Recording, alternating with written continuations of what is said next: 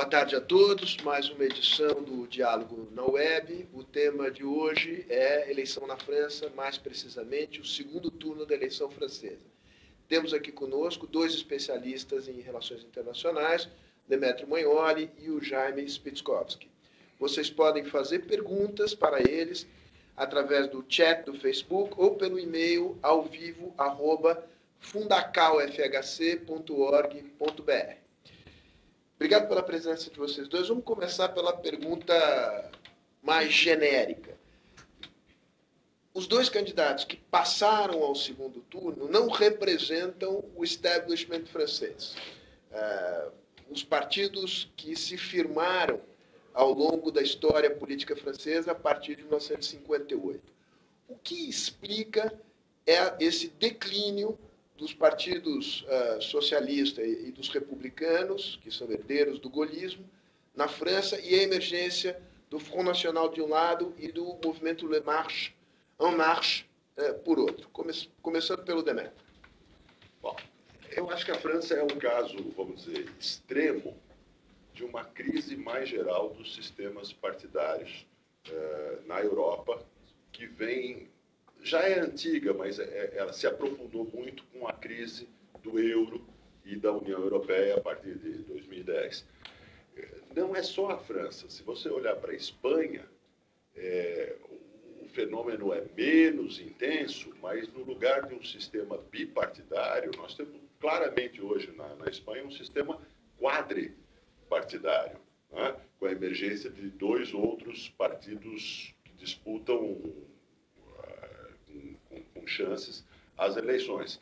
Se você olhar para a Grã-Bretanha, você vai ver que o Partido Trabalhista britânico se encontra num processo de colapso em câmara lenta. O Partido Socialista francês viveu um colapso em câmara rápida, 6,3% dos votos. Mas o Partido Trabalhista britânico está num processo de colapso em câmara lenta. E a Inglaterra, não falo de todo o Reino Unido, mas a Inglaterra se transformou em algo como um país de partido único, onde o Partido Conservador tem ampla maioria. Né? Na Itália, a crise do sistema partidário é bem clara, com a ascensão do movimento Cinco Estrelas, do Beppe Grillo. Né? Em outros países, esse fenômeno se manifesta, como na Grécia, onde os socialistas gregos, o PASOK, o Partido Socialista Pan-Helênico, praticamente desapareceu. E o que se expressa, do ponto de vista de mudanças... diríamos assim, se estivéssemos aqui conversando 40 anos atrás, da infraestrutura das sociedades europeias? Isso quer dizer que os alinhamentos partidários tradicionais, baseados em classes sociais, já não funcionam tão bem, ou se é que não pararam de funcionar totalmente. O eleitorado de esquerda tradicional se dividiu. Uma parte do eleitorado tradicional de esquerda que votava nos partidos comunistas vota hoje na Frente Nacional na França. O mapa eleitoral deixa isso muito claro, né? Quer dizer, é o norte e o leste francês, os cinturões industriais, que se tornaram o grande motor que impulsiona o crescimento da Frente Nacional, que nasceu no sul da França, mas assim, foi impulsionada pelo voto do antigo Partido Comunista Francês. Na Inglaterra, o Brexit...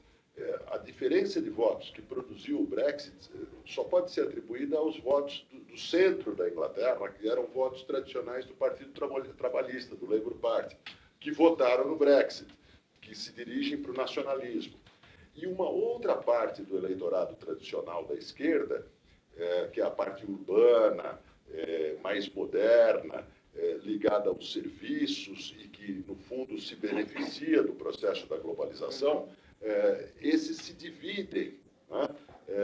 E buscam alternativas, às vezes no centro, às vezes em candidatos independentes de centro. Macron é um resultado disso. Né? Enquanto os partidos social-democratas, que são os grandes derrotados nesse processo de crise do sistema partidário, os partidos social-democratas se fecham em alternativas do passado. Então, eles procuram candidatos da esquerda social-democrata para não confrontar os problemas novos. Então, na Inglaterra, o Partido Trabalhista se volta para o Jeremy Corbyn. Na França, eles escolhem um candidato que não tinha chance nenhuma, que é o Benoît Hamon, da esquerda. E com isso se fecham num gueto, abrindo espaço para o surgimento de uma candidatura como a do Macron, por exemplo. Jaime, pegando um pouco o mote aqui do Demétrio, você acha que, digamos, essas coordenadas, direita e esquerda, perderam vigência e foram substituídas por uma coordenada pró-globalização, anti-globalização? Então, Sérgio, eu acho que essa eleição francesa ela é muito emblemática em relação a dois aspectos muito pertinentes do cenário internacional. Primeiro é o momento mais dramático que a gente vive de questionamento dos rumos da globalização. Eu não diria que o debate esquerda-direita deixe de existir, mas ele claramente está sendo ofuscado por um novo debate que a gente viu claramente a partir da votação do Brexit, que é aprofunda e mantém a globalização ou recua-se e vai-se por um caminho mais do protecionismo. Esse é um aspecto importante que a gente vê na polarização Macron, que defende claramente a União Europeia, tem feito até alguns recuos hoje, mas se posiciona como candidato favorável ao processo de globalização, e a Marine Le Pen como a candidata dessa onda anti-globalização e populista. Fenômeno que a gente viu também na eleição americana e a gente viu no fenômeno Brexit, ou seja, a França, com as suas peculiaridades, também ilustra esses dois grandes elementos que eu gostaria também de trazer para cá, que o Demétrio também mencionou. Primeiro, a globalização. O segundo é o cansaço em relação ao chamado establishment político. Isso a gente viu com Trump nos Estados Unidos, a gente vê esse fenômeno no Brasil também. Eu acho que isso ocorre em escala global, com as suas peculiaridades, mas as sociedades civis hoje já não se enxergam, já não se identificam com os partidos tradicionais. As mudanças, a meu ver, que ocorrem no plano da sociedade civil não são acompanhadas por mudanças na mesma velocidade, na mesma intensidade no mundo, no plano da política partidária. Então, hoje, candidatos que se apresentam como novo, como outsider, já saem com um cacife eleitoral bastante interessante, como mostrou Donald Trump, como mostra Macron na França e tantos outros candidatos nesse sentido.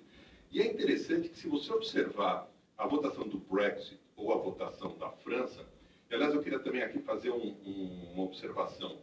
Eu acho que um tema central, específico dos países europeus, hoje, é o desmonte do Estado do bem-estar social, chamado welfare state. Eles vivem um momento dramático de perda de competitividade das suas economias. A Alemanha, alguns outros países lidam melhor com esse momento, mas a gente vê a crise da França, da Itália e de tantos outros países, porque essas economias perderam dramaticamente competitividade. Hoje o índice de desemprego na França é na casa dos 10%. Se você fizer um recorte de jovens até 25 anos, isso vai para quase 25% a taxa de desemprego. Economias que estão extremamente golpeadas por esse processo de redesenho da economia global a partir do final dos anos 70, começo dos 80, com o surgimento do polo asiático, quer dizer, se criou um novo modo de produção, um novo polo de industrialização, que é responsável por um processo que se reflete na Europa e nos Estados Unidos de desindustrialização.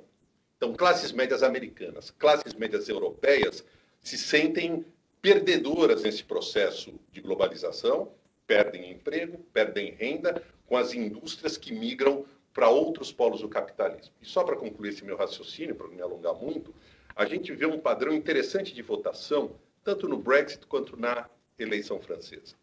Quanto mais idade, quanto mais rural, quanto menos escolarizado, mais vota nos partidos chamados populistas, aqueles que surfam contra a globalização. Quanto mais escolarizado, mais urbano e mais jovem, tende a votar nos candidatos que ainda defendem e se identificam com a globalização. Ou seja, é um pouco a analogia do futuro. Se a pessoa olha para o futuro e enxerga novas possibilidades, enxerga novos horizontes com uma certa dose de otimismo, vota naqueles que defendem a globalização. Se olha para o futuro e vê um horizonte cinzento, perda de emprego, perda de renda, vai votar ou tende a votar nos candidatos populistas à la Marine Le Pen. Só um registro a partir do que ele falou. Isso significa que a classe média ela se divide em duas.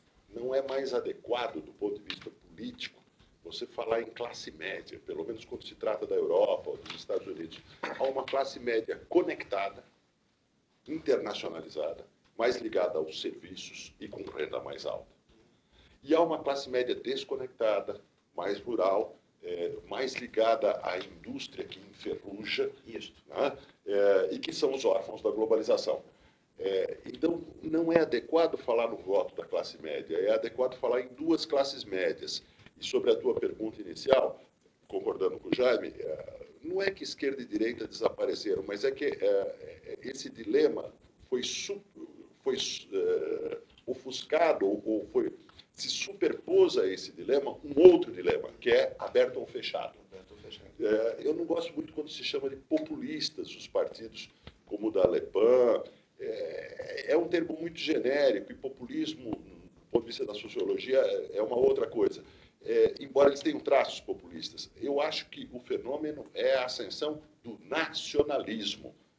Eu acho que esse é o ponto em comum que reúne Marine Le Pen, os adeptos mais radicais do Brexit, Donald Trump, e outros vários partidos de direita na Europa. Queria pegar esse tema, eu não resisto a fazer um comentário, acho que não dá para pensar em classes médias nem do ponto de vista eleitoral, político, você mesmo observou, também do ponto de vista sociológico, você tem uma clivagem. E ela, de alguma maneira, está espelhada à Europa e Estados Unidos, porque você tem uma classe média americana que votou no Partido Democrata, do cinturão da ferrugem, trabalhadores fabris que são perdedores do processo de globalização, e que migraram para o voto no Donald Trump, que guarda semelhança com o que você tem também nos velhos cinturões industriais franceses que migraram o seu voto, digamos que é um voto fundamentalmente de America First, ou primeiro a França também, primeiro nós, quer dizer, a própria reinterpretação do Estado do bem-estar social, a Marine Le Pen, ela abraça essa bandeira da esquerda republicana francesa e diz, o Estado do bem-estar social, sim, mas só para os franceses, né? Que ela reinterpreta isso, coloca um dilema em chave nacionalista ou xenófoba, se quiser. O que coloca um dilema para a esquerda, principalmente para a esquerda que está à esquerda da social-democracia. Porque, na verdade, os eleitores deles se transformaram num campo de disputa entre a extrema-esquerda e a direita nacionalista. A direita nacionalista faz a festa no eleitorado tradicional da esquerda. E por aí se revela qual é o dilema da extrema-esquerda. O que fazer diante da perda de eleitores para os nacionalistas? Eu queria que você comentasse isso à luz do dilema imediato do segundo turno. O Mélenchon abriu o voto na segunda, dizendo, é impossível sequer pensar em votar na Marine Le Pen, mas eu não sou guru, eu não vou indicar... O Mélenchon, candidato da França insubmissa, como ele chamou, na verdade, do partido de esquerda, que é o partido dele, ele fez um vídeo patético, dizendo basicamente o seguinte: não dá para votar em Marine Le Pen, mas eu não vou indicar voto porque eu não sou guru, o que é patético, né? Ele é candidato no primeiro turno, então ele acha que tem alguma coisa a dizer aos franceses, ele acha que deve presidir a França, mas ele acha que não tem nada a dizer sobre o segundo turno, exceto não votem em Marine Le Pen. E chamou uma enquete entre os militantes registrados no site da sua coalição, da França Insubmissa, cerca de 700 e tantos mil, com 3 opções. Primeira opção, voto Macron. Segunda opção, voto nulo ou branco. Terceira opção, abstenção. Não é? Com um detalhe, ele defende o voto obrigatório, portanto, é meio contraditório da opção da abstenção. Dos 700 e tantos mil, votaram 240 e tantos mil, né? O que já nos coloca uma pergunta: o que fariam os outros 500 mil? É uma pergunta que eu não quero nem começar a responder. Mas dos 240 e tantos mil que votaram, basicamente se dividiram em um terço, um terço e um terço.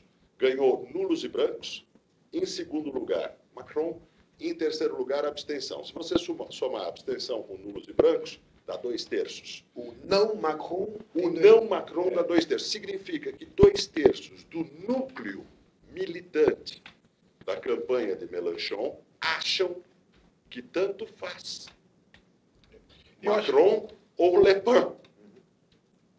O que, do ponto de vista político, é muito interessante e, do ponto de vista moral, também é muito interessante. Os militantes da extrema esquerda acham que Le Pen e Macron são opções equivalentes do ponto de vista da França. Isso, mutatis mutantes, lembra um pouco, digamos, a posição do Partido Comunista Alemão. No terceiro período. Exatamente. No terceiro período. Social-democratas ou nazistas são todos iguais. Né?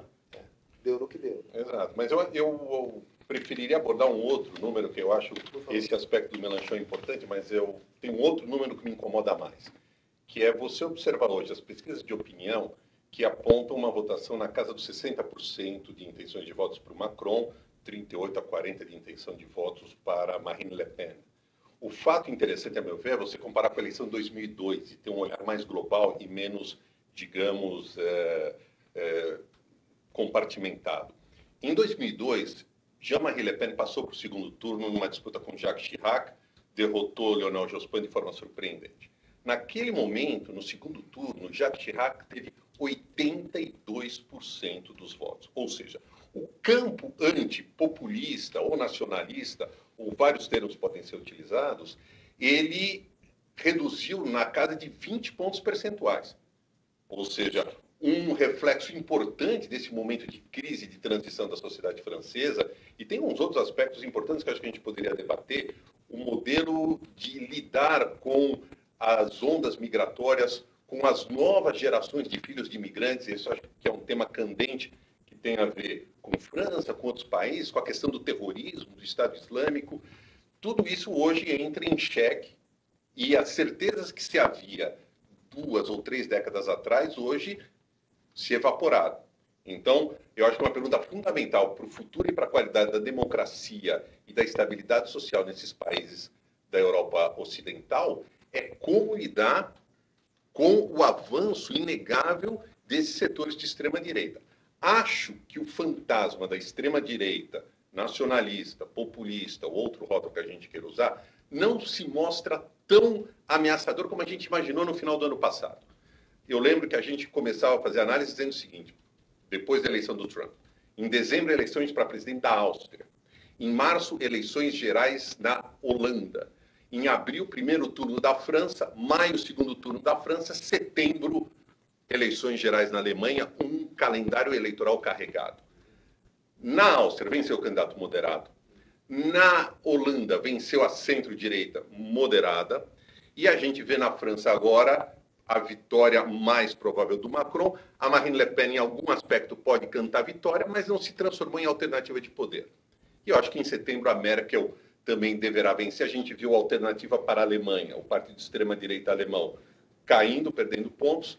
Então, se por um lado a gente vê um fortalecimento, um enraizamento dessas forças xenófobas, populistas, nacionalistas, por outro lado, a gente pode estar um pouco aliviado de que o medo de que eles se transformariam numa efetiva alternativa de poder, a meu ver, não se realiza. Eu concordo com uma vírgula. Eu concordo com uma vírgula. Porque, de fato, a tua análise sobre a sequência de eleições é a que eu faço. Entretanto, na França, o que nós vamos ter, se as pesquisas estiverem certas, é uma nova situação na qual a Frente Nacional, sim, se transformou em alternativa de poder.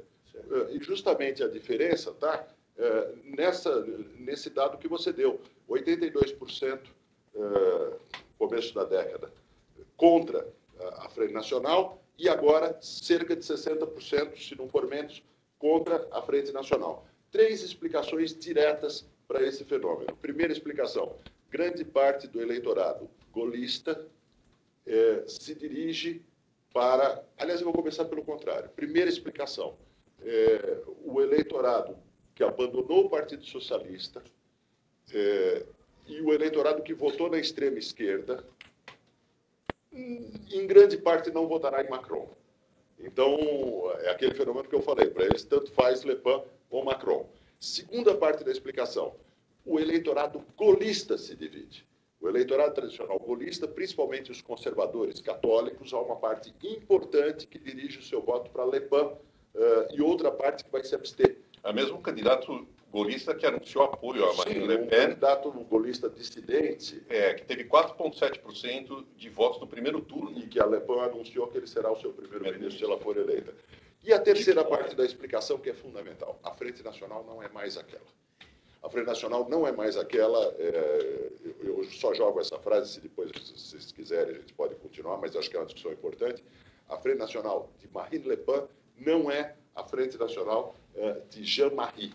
A Frente Nacional de Jean-Marie era um movimento periférico na política francesa e tinha um teto de votos de, no máximo, 20%, se tanto. A Frente Nacional de Marine Le Pen é uma candidata ao poder de fato. E é, por isso, muito mais perigosa do que a Frente Nacional. Eu não tenho essa visão do Demétrio. Eu concordo e acho que a Marine Le Pen teve sucesso parcial no seu projeto. Ela consegue tirar o partido de ser algo marginal no cenário político francês, marginal, obviamente, não no sentido policial, no sentido de não estar no mainstream. Ela tem sucesso em trazer o Front National para o mainstream, mas eu ainda estou convencido de que ela não conseguirá uma marca de votação que lhe permitirá se apresentar como alternativa de poder no curto prazo. Daqui 10, 20, 30 anos, a gente não sabe. Hoje, o Front National não é alternativa de poder. Deixa eu jogar isso para vocês de volta. O Front National não é mais aquele. O Front National do pai da Marine Le Pen não é o equivalente ao da filha. A gente que diz isso é uma mera aparência, uma mera tática eleitoral.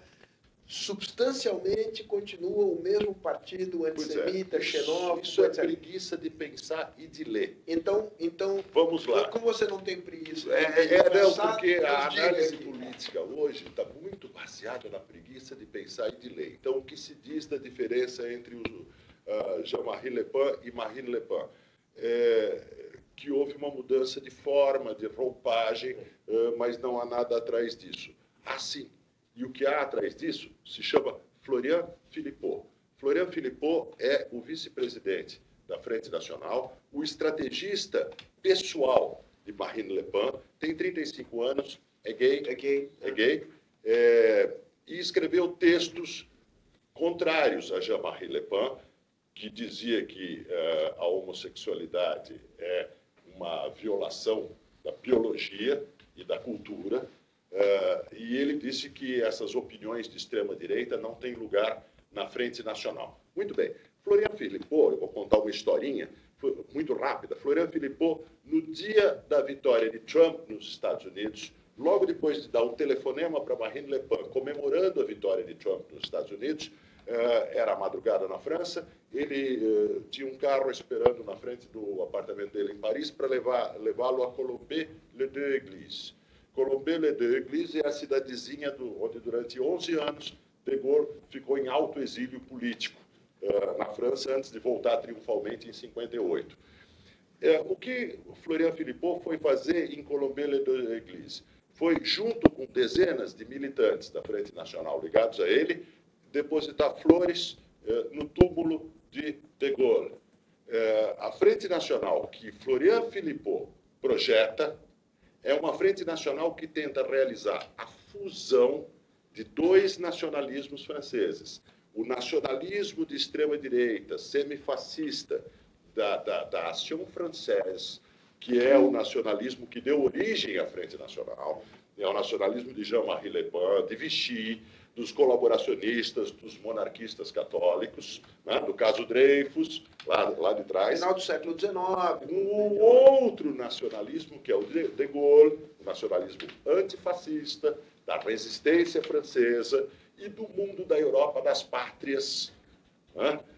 Defendido por de Gaulle. O que Florian Philippot faz é puxar a Frente Nacional para o centro do espectro político, tentando atrair os votos de um gaullismo que perdeu a sua razão de ser. O gaullismo perdeu a sua razão de ser porque de Gaulle errou De Gaulle disse, depois da Segunda Guerra Mundial, que a França e a Europa iam se dirigir numa determinada direção. E ela não foi para aquela direção.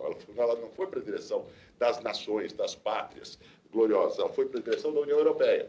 E o gaullismo se europeizou, o que é uma contradição em si. Né? O que o Florian Philippot faz é procurar fundir esses dois nacionalismos, o que significa dirigir a Frente Nacional para o centro do espectro político, sem perder a xenofobia, sem perder o ultranacionalismo, sem perder o anti-americanismo e o anti-europeísmo, a islamofobia, tudo isso continua. O que não continua? Não continua o antissemitismo, não continua o caráter homofóbico do partido, e o partido se torna palatável para o mainstream golista na França. Deixa eu jogar... Por isso, o partido, só para fechar, em junho, vai ter pelo menos 100 deputados na Assembleia Nacional Francesa. Coisa que ele tinha dois. 100 de ele tem dois. 577, é isso? 100 de 577. Ele vai ter pelo menos 100 deputados na Assembleia Nacional Francesa, porque a ideia do isolamento da Frente Nacional e da aliança dos outros partidos contra a Frente Nacional, essa ideia desabou nessa eleição. O partido que passa de 2 deputados na Assembleia Nacional para 100 deputados na Assembleia Nacional é sim um candidato ao poder. 10, 20 anos? Não sei. Pode ser uns 3, 4, 5. É um candidato ao poder. Aí depois nós vamos falar das dificuldades que o Macron possivelmente enfrentará para governar. Mas, Jane?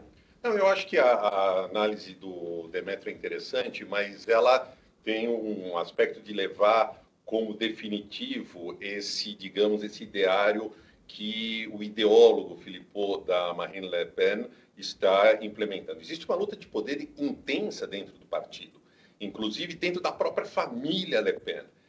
Se brinca dizendo que uma sobrinha, né, de Jean-Marie seria hoje a encarnação de uma revanche dos setores mais duros do partido que não ainda engolem essa plataforma. Vamos lembrar uma declaração muito recente. Ela é uma das deputadas na Assembleia atual. Exatamente. Não, e tem uma declaração fundamental de Marine Le Pen, de 2 ou 3 semanas atrás, para ver como esse processo que o Demetrio demonstra muito bem não é definitivo. A Marine Le Pen declarou que a França não tinha nenhuma responsabilidade no processo de Veldiv, que foi uma das maiores deportações de judeus realizadas em solo francês durante a Segunda Guerra Mundial. Então, deixa eu só concluir. Então, eu acho que a gente olhar para o processo em curso do Front National e já dar de barato o take for granted de que esse processo de moderação ou desse processo de caminhar rumo ao centro proposto pelo Philippot já é algo consolidado, me parece altamente questionável. Primeiro, pelo processo de reação que existe dentro do partido e, segundo, pelas credenciais históricas que ainda esse partido apresenta. São visões distintas, eu respeito a visão do Demetrio. Agora, eu acho que, de qualquer forma, eu insisto na minha percepção. O Front National vira um partido de mainstream, com 100 cadeiras, sem dúvida nenhuma. Esse é o grande sucesso da Marine Le Pen. Eu agrego um outro número. É a primeira vez na história do Front National que ele ultrapassa 20% dos votos. Isso é extremamente simbólico. Mas não enxergo esse partido hoje com capacidade de superar o campo anti-Marine Le Pen, anti-Front National, e por isso não vejo como alternativa de governo. Só queria pegar a declaração da Marine Le Pen sobre os judeus na Segunda Guerra Mundial, para dizer que a interpretação correta dessa frase é o contrário do que você deu. Marine Le Pen estava dizendo que a França não é responsável porque ela estava dizendo que o governo de Vichy não era um governo francês, mas era um governo alemão imposto à França. Isso significa que nessa frase está uma ruptura de Marine Le Pen com Vichy. Quando Jean-Marie Le Pen e a Frente Nacional nasceram dizendo que eles são os continuadores de Vichy e que Vichy tinha razão. Mas eu estou surpreso, o Demetrio está comprando muito o discurso da Marine Le Pen. Não, eu não estou comprando. Está acreditando tudo que a Marine Le Pen fala, gente. Não se trata de acreditar, se trata de notar que não se passa de 2 deputados para 100 deputados por acaso. Se passa de 2 deputados para 100 deputados porque é um movimento político que afunda, que chama gaullismo. E é um movimento político que se remonta em cima das ruínas do gaullismo. E se a gente não entender isso, a gente não vai entender o perigo da Frente Nacional. E vamos continuar envolto na ilusão de que a Frente Nacional de hoje é a Frente Nacional de 2002, de 95, de 80. Não é isso a Frente Nacional e por isso ela é perigosa. E é por isso que eu não engulo a Marine Le Pen. Eu interpreto ela. É coisa diferente. Deixa eu alargar um pouco o espectro da nossa conversa, porque a gente conversou aqui como se a Europa fosse apenas a velha Europa ocidental. Ela também é a Europa do leste, né?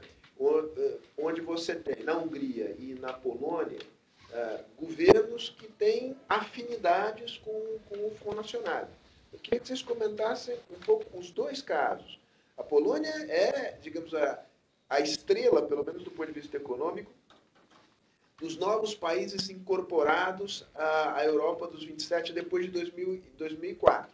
E, não obstante um grande sucesso econômico pela adoção de uma economia de mercado, por aprofundamento de uma economia de mercado, integração à Europa, é um país em que um partido de mais do que centro-direita, um partido de direita, ganhou a maioria e vem tomando medidas que são medidas claramente que atacam os fundamentos da democracia liberal. Como é que vocês veem o que está acontecendo na Europa do leste? Nós vamos desistir de falar sobre a governabilidade do Macron. Não, nós temos ainda, mas nós estamos meia hora, como a conversa está boa, a gente tem uma meia hora para conversar. Tá. Então... Olha, sobre a Europa Oriental, Sérgio, eu me lembro de início de uma frase de Donald Rumsfeld, que foi secretário de defesa de George W. Bush, quando em algum momento, para justamente irritar a Europa Ocidental, ele disse, tem a nova Europa e a velha Europa, e a nova Europa é a Europa do Leste. Eu acho que essa região, ela tem a sua dinâmica política própria, que é muito marcada no período pós-Guerra Fria, por um processo de alinhamento com Berlim e distanciamento em relação a Moscou do ponto de vista macro, do ponto de vista geopolítico. Então, esses países procuram, aí eu acho que a gente volta também na palavra, de utilizar a palavra nacionalismo, nesse cenário, na Europa Oriental, o nacionalismo se transformou como uma grande alternativa atraente do ponto de vista ideológico e de viabilidade de projetos nacionais de países que até muito recentemente estavam sob o jugo de Moscou.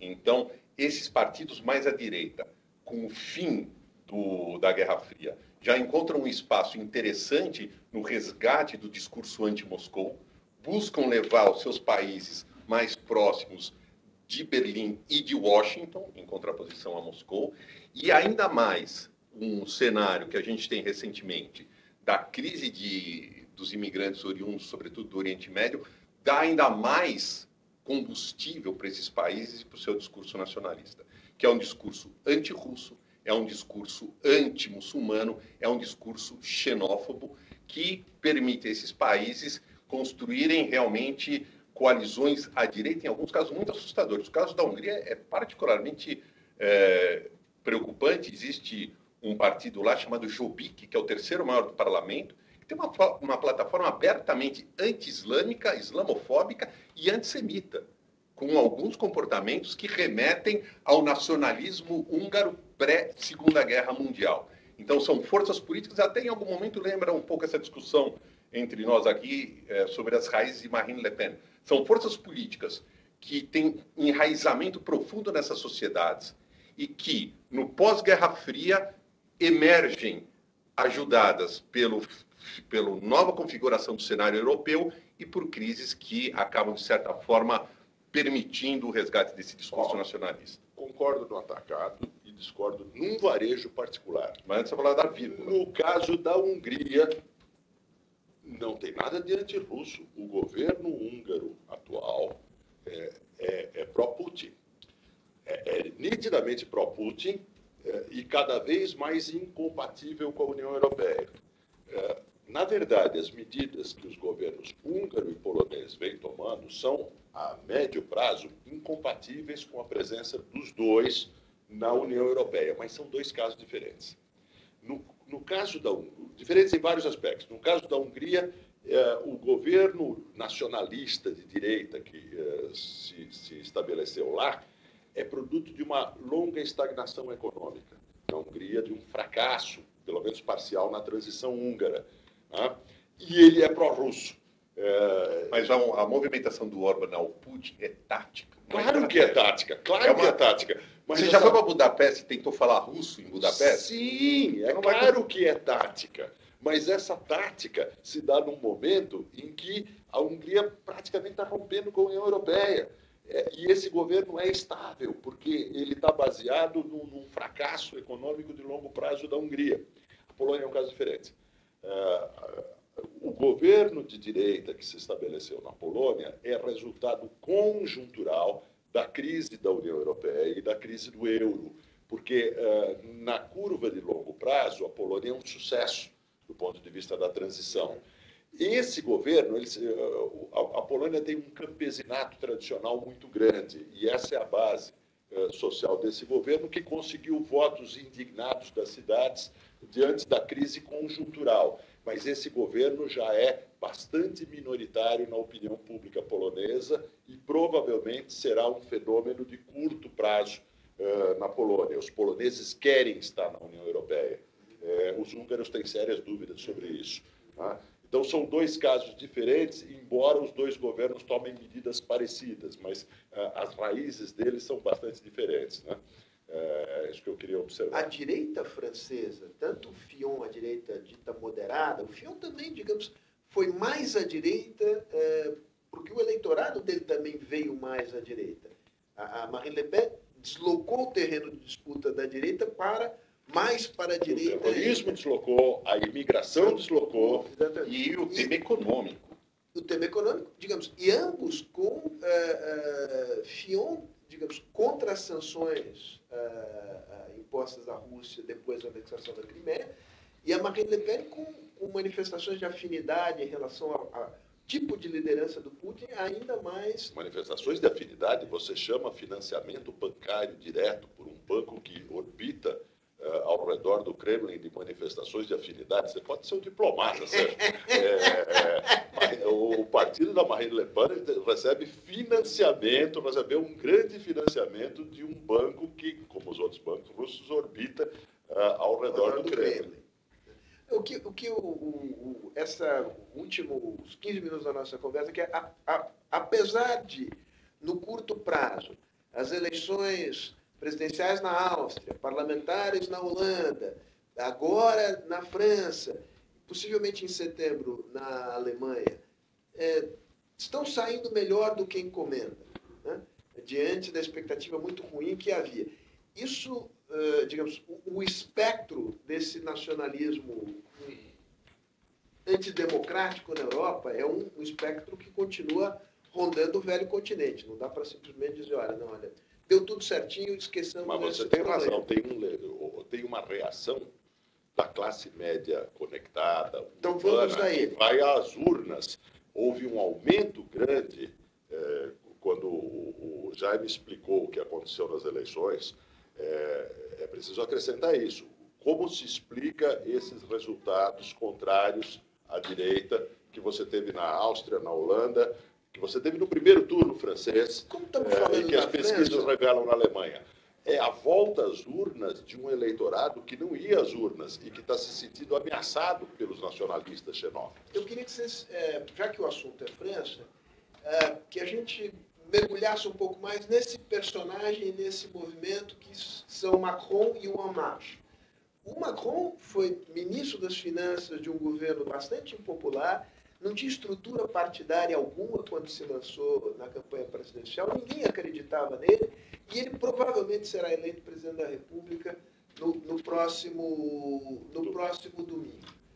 Como se deu esse fenômeno? Quem é Emmanuel Macron?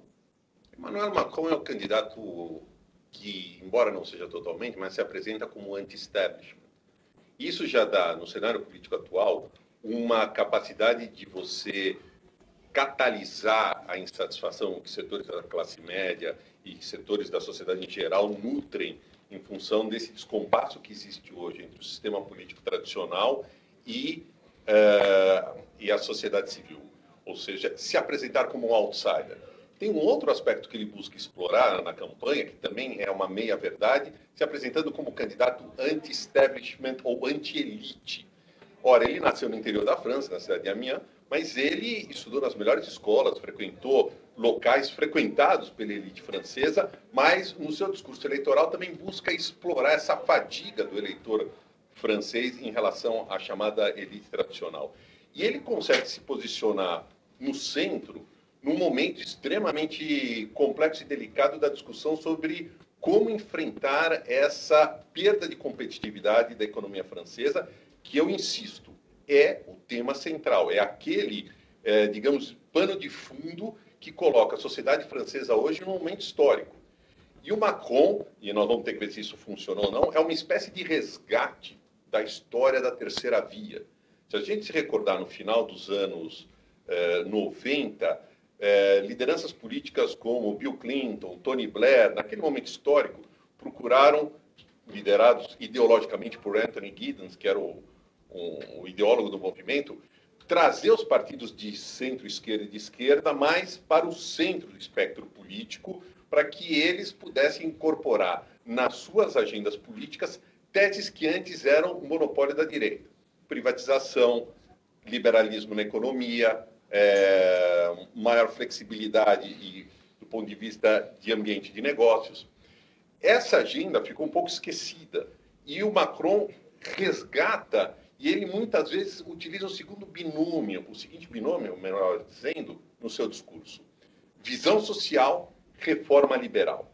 E ele usa o seu passado socialista, ele foi militante do partido, como você bem lembrou, foi ministro do governo Hollande, então ele usa essa credencial socialista para falar em visão social, e ao mesmo tempo usa as suas credenciais de homem oriundo do mercado financeiro. Ele é um self-made man que fez fortuna em um banco de investimento para ter credibilidade perante agentes econômicos quando ele fala em reformas liberais. Ele fala em diminuir o peso do Estado, ele fala em mexer em previdência, ele fala em demissão de funcionários públicos, ou seja, em enxugar a máquina, para usar uma expressão bastante nossa aqui, enxugar a máquina estatal e conseguir resgatar competitividade, que para mim é a palavra-chave para entender hoje o momento que a França atravessa. Olha, acho que o Jaime fez a síntese, né? Quer dizer, a fórmula do Macron é a fórmula liberalismo na economia e direitos sociais universais do ponto de vista da sociedade. Então, esse binômio é que o coloca no centro, né? E faz dele, concordo inteiramente, vamos dizer, um herdeiro da terceira via. Mas um herdeiro improvável na França, porque a França nunca teve uma liderança que colocasse com tanta clareza essas ideias. E, nesse sentido, ele é o menos oportunista dos candidatos, porque ele faz xixi em todas as estátuas francesas, uma atrás da outra. Ele fala em acabar com as 35 horas semanais de trabalho, ele fala em reformar o Código do Trabalho, ele fala em reformar a Previdência na França. E ele fala isso claramente durante as eleições.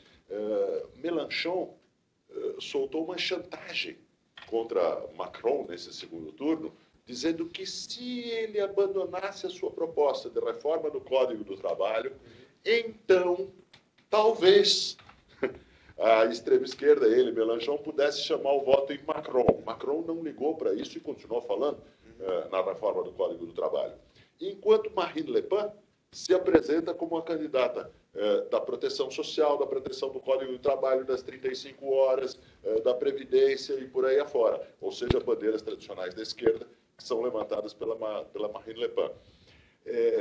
Nesse sentido, Macron é um candidato incomum e é notável que ele tenha conseguido um grau tão grande de apoio já no primeiro turno, falando que a França deve se reformar para poder existir no mundo da globalização. É isso que ele está falando. Ou nós reformamos a França, ou ela não pode existir no mundo da globalização. O problema está no fato de que ele não tem um partido.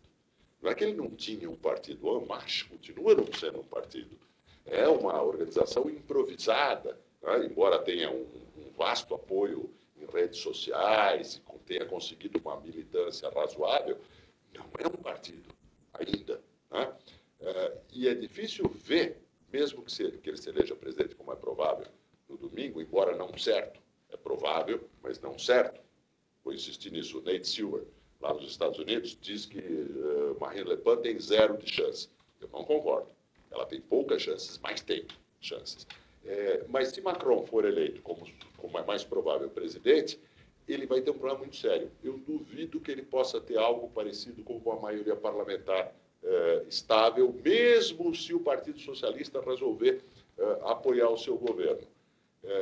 Então, para ele governar contra a Assembleia Nacional, vai ser um problema. Que tipo de coabitação ele faria? Quem seria o seu primeiro-ministro? O governo Macron é uma receita de crise. Sobretudo porque ele assume com uma agenda de reformas. Claro. Pois é. Ele vai precisar do parlamento. Ele vai precisar de maioria e ele vai enfrentar resistência social. Não, e quem quer as reformas liberais que ele propõe? Ele conseguiu um grande apoio, mas o apoio dele deve ser medido pelo primeiro turno, não pelo segundo. O apoio à plataforma dele é de 1/4 da França. Eu queria só pontuar 2 coisas. Uma é que a gente pode dizer que haverá um terceiro turno dessa eleição, que são as eleições parlamentares, logo agora em junho. Ou seja, um mês depois, até um pouco a lógica de você aproveitar nas eleições parlamentares um pouco a maré política que houve nas presidenciais, porque a França, a gente só lembrar, tem um sistema político misto. Ele não é nem o presidencialismo clássico americano, nem o parlamentarismo clássico, digamos, alemão. Há um presidente eleito diretamente pelo povo, que reúne e concentra muitos poderes, e há um primeiro-ministro eleito a partir do parlamento, da Assembleia Nacional, que é uma espécie, digamos, que toca o país no dia a dia, nas questões, digamos, mais centradas em economia e no dia a dia da política. Achei muito interessante um aspecto levantado pelo Demétrio, que só acrescentar um dado, a ideia de que Macron é o mais provável vencedor, mas não é o certo vencedor, e a teoria que mais se dissemina hoje da possibilidade de uma surpreendente vitória de Marine Le Pen se daria pelo fenômeno da abstenção, ou seja, candidatos ou eleitores potenciais de Macron que não iriam às urnas por N motivos, e isso permitiria então a Marine Le Pen conseguir, surpreendentemente, superar o candidato do movimento En Marche. É muito difícil, mas é bom a gente aprender depois do Trump a registrar as possibilidades. Né? Eu concordo com o Jaime, eu já tinha dito isso, mas observa uma coisa. No caso do Trump, a diferença nas pesquisas sempre foi pequena e as pesquisas eram muito divergentes entre si.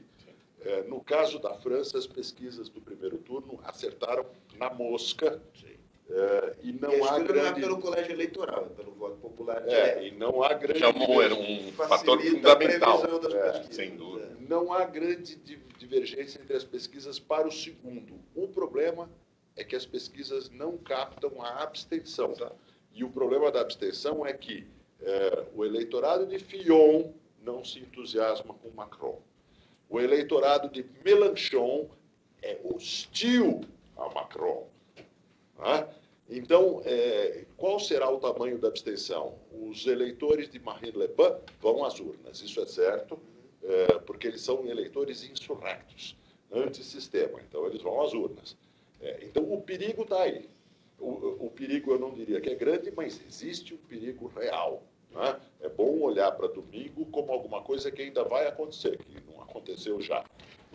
Vamos só para concluir... Só fazer uma rápida observação, irmão, que é a seguinte, que acho que caracteriza ainda mais o posicionamento político do Macron. Como o Demétrio lembrou, o Mélenchon critica, obviamente, o Macron pela esquerda, no sentido de que ele busca trazer reformas inaceitavelmente liberais ou liberalizantes para a economia francesa. E o pessoal do Fillon enxerga no Macron um cavalo de Troia de François Hollande. Há até teorias conspiratórias de que o Hollande teria lançado Macron justamente para que os socialistas, condenados à derrota eleitoral, como a gente viu com o Ramon, chegasse, aí sim também por uma terceira via, em tom de brincadeira, mas o pessoal, muita gente do Fillon, enxerga no Macron um socialista. Bom, registrada a incerteza da eleição de domingo, vamos trabalhar, para terminar, com a hipótese de que Macron será eleito. O que isto representa do ponto de vista da União Europeia? Bom, é a cavalo cavalaria, né? Chegou a cavalaria para salvar o forte. Porque se Marine Le Pen fosse eleita, acabou a União Europeia. Não tem conversa. Marine Le Pen eleita significa que a maioria da França optou por sair da União Europeia. Ela disse que ela depois convocaria um plebiscito, mas o resultado do plebiscito está... Pode haver União Europeia sem o Reino Unido, mas não pode haver União Europeia sem a França. O Brexit é aceitável. Um Frexit é a explosão da União Europeia, porque a União Europeia é resultado da união entre França e Alemanha. A vitória de Macron significa que a cavalaria defendeu o forte, né? E o forte continua existindo. Não quer dizer que o forte é eterno. O risco continua, a crise da União Europeia não acaba nessa eleição ou na eleição alemã, mas aquelas perspectivas sombrias e desastrosas que foram levantadas no final do ano passado, depois de Trump, como já explicou, elas entram um pouco em recesso. E há um fenômeno que a gente já observa. O posicionamento dos 27 países da União Europeia recentemente, do ponto de vista do Brexit. Ou seja, o fortalecimento da União Europeia, até do ponto de vista da negociação, que vai começar agora em junho. Vamos lembrar que a Theresa May também antecipou eleições no Reino Unido para 8 de junho, com a intenção de se fortalecer para esse momento que muitos descrevem como o divórcio mais complexo da história da humanidade. O Brexit, ou seja, a saída do Reino Unido da União Europeia. E vamos lembrar que, como o Demetrio bem observou, o núcleo duro da União Europeia é França e Alemanha. Se a gente entender a União Europeia como uma resposta à Segunda Guerra Mundial, tem alguns elementos mais históricos, mas do ponto de vista mais, digamos, recente, é a resposta que a Europa deu às destruições provocadas pela Primeira e pela Segunda Guerra, muito fruto da rivalidade entre Paris e Berlim. Os britânicos aderem ao processo de integração europeu apenas na década de 70. 71, salvo engano. Acho que é 73. Eles aderem no final da década de 60, mas como o De Gaulle era presidente da França, a formalização é nos anos 70. Só conseguiu se dar nos anos 70. Para terminar, eleição do Macron o apoio eleitoral num país central da União Europeia a uma plataforma liberalizante. Isso tem reflexos sobre o comércio exterior do bloco europeu. Isso é boa notícia da perspectiva de um acordo Mercosul-União Europeia? Olha, eu acho que isso tende, num primeiro momento, a fortalecer o discurso de a União Europeia apostar mais na globalização. Ou seja, a gente tem visto esse processo de globalização, curiosamente, quem assume as rédeas é o presidente da China. Quer dizer, quem fez o grande discurso a favor da globalização em janeiro foi Xi Jinping no Fórum de Davos. E eu acho que a União Europeia, sentindo-se pressionada a dar respostas, da importância de os outros agentes também contribuírem para que a globalização avance em detrimento da ameaça do discurso protecionista, do discurso nacionalista, que a gente vê até mesmo Donald Trump, em alguns momentos, amenizando o seu discurso. Quer dizer, a brincadeira que eu faço hoje é que a presidência mudou mais o Trump, do ponto de vista político, não pessoal, do que o Trump mudou a presidência. Mas não vamos perder o foco aqui com o Trump, senão é mais um programa. Mas eu acho... E é mais uma divergência. Mas essas são várias, essas aí são incontáveis. Mas, sem dúvida nenhuma, a vitória de Macron, eu acho que posiciona a União Europeia para ter mais protagonismo nesse mundo da globalização e tentar ter um posicionamento mais assertivo, até para não deixar isso na mão da China, e como consequência, eu acho que deve favorecer outros acordos, incluindo aí o com o Mercosul. Totalmente de acordo com... Não tem divergência nesse aspecto? Nenhuma divergência, apenas para observar que na situação, ou na hipótese oposta de vitória da Marine Le Pen, a gente não precisaria discutir o assunto de um acordo entre a União Europeia e o Mercosul, porque não existiria União Europeia. Então, pelo menos, a gente pode continuar com essa pauta da mesa. Possivelmente se quer um acordo Mercosul-França, porque com a base rural que ela tem... Sem dúvida nenhuma. Fato, isso não sem dúvida nenhuma. Então, pelo menos, o assunto pode continuar na pauta. Muito bom. Então, terminamos aqui essa conversa. Boa eleição no domingo. Não dá para ser neutro nesse caso. Tomara que Macron seja eleito presidente da República.